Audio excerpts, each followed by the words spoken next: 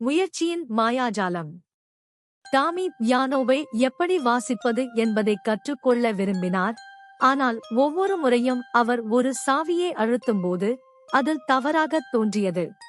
விரக்தியடைந்த அவர் விட்டுக் கொடுக்க நினைத்தார்.